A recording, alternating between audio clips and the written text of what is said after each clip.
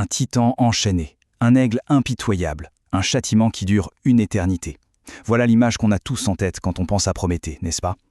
Mais si cette histoire, aussi célèbre soit-elle, n'était en réalité que la partie visible d'un mythe bien plus ancien, bien plus profond.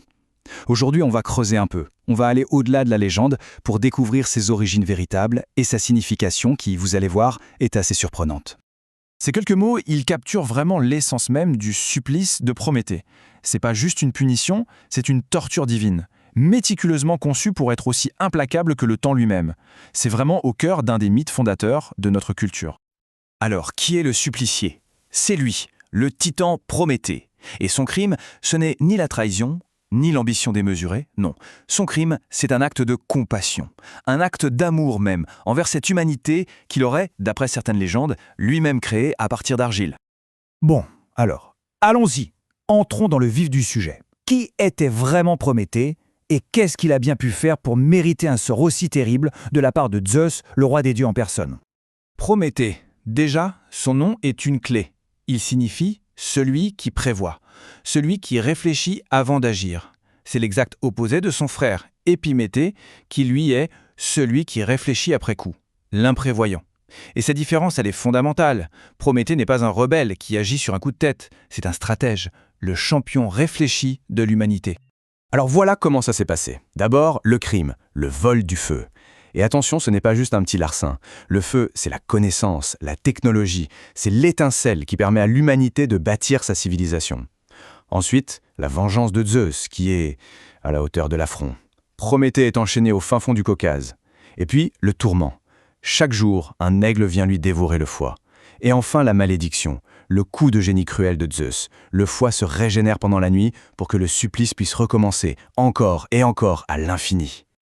Mais l'histoire ne s'arrête pas là. Ce n'est pas juste une histoire de punition. En fait, elle s'inscrit parfaitement dans un schéma hyper classique de la mythologie grecque. L'affrontement entre un grand héros et un monstre terrifiant. Et ce monstre, eh bien, ce n'est pas n'importe quel oiseau. L'aigle du Caucase, qu'on appelle aussi le chien ailé de Zeus, il a un pédigré monstrueux. C'est le fils de Typhon et d'Échidna, qui sont en gros les parents de toutes les créatures les plus flippantes de la mythologie. Autant dire qu'il n'a pas été choisi au hasard. C'est un instrument de la justice divine, élevé spécialement pour cette tâche. Ce qui est fascinant dans la mythologie grecque, c'est que les monstres ont des fonctions bien précises. Ce ne sont pas juste des brutes. Certains sont des fléaux, envoyés pour punir une région entière, comme l'hydre de Lerne. D'autres sont des gardiens, qui protègent un lieu ou un trésor, comme Cerbère devant les enfers. Et puis, il y a notre aigle. Lui, son rôle, c'est bourreau. C'est un agent de la justice divine. Son travail, ce n'est pas la destruction aveugle, mais l'application d'une sentence, ciblée, personnelle et surtout quotidienne. Et c'est là que tout bascule, avec l'arrivée du plus grand des héros grecs, Héraclès. Il arrive, il voit cette scène de torture, et il est bouleversé par la souffrance, mais aussi par le courage du titan. Alors, dans un acte de défi incroyable envers son propre père, Zeus, il prend son arc. Il attend le moment parfait. Et au moment où l'aigle plonge, une seule flèche précise, et des siècles de tourments prennent fin. Et cet acte de bravoure, il a des conséquences énormes. Ce n'est pas juste un monstre de tuer. Non, c'est un défi lancé à l'autorité suprême de Zeus. C'est un message d'espoir incroyable. Même ce qui semble éternel, même une punition divine peut prendre fin. Et surtout, ça ouvre la porte à une possible réconciliation. La dynamique du mythe est complètement bouleversée. Mais justement, cette libération, ça soulève une question vraiment fascinante. D'où vient cette histoire au juste?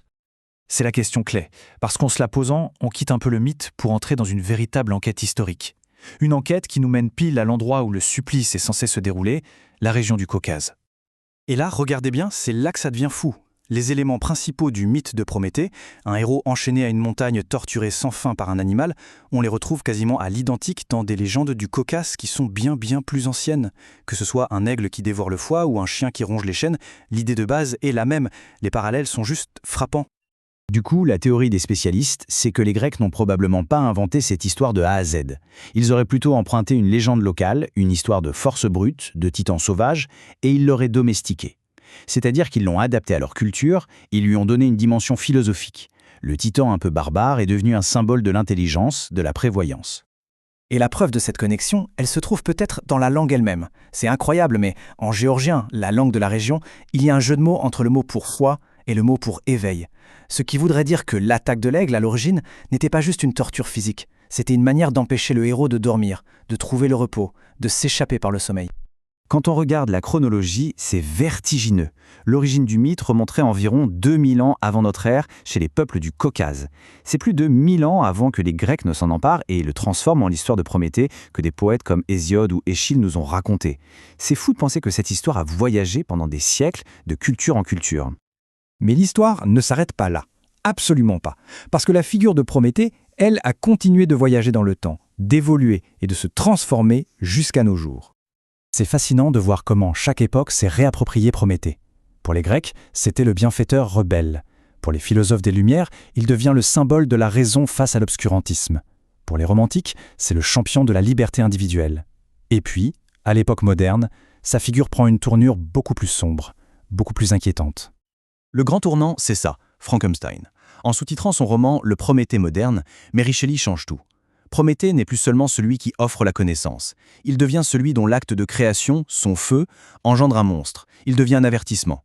Jusqu'où peut-on aller dans la quête du savoir sans en payer un prix terrible ? Et du coup, le sens même de l'adjectif prométhéen a glissé. Ce qui était avant un mot purement positif pour décrire une créativité audacieuse a maintenant une connotation plus sombre, plus ambiguë. Ça reflète nos propres peurs face aux dérives possibles de notre propre technologie. Et ça nous ramène directement à aujourd'hui. Avec l'intelligence artificielle, le génie génétique, toutes ces technologies où l'on repousse les frontières du possible, ne sommes-nous pas en train de devenir les nouveaux Prométhées ? On a volé un nouveau type de feu aux dieux. Un feu numérique, un feu génétique. La seule question qui reste, c'est de savoir quel aigle nous attend au sommet de notre propre montagne.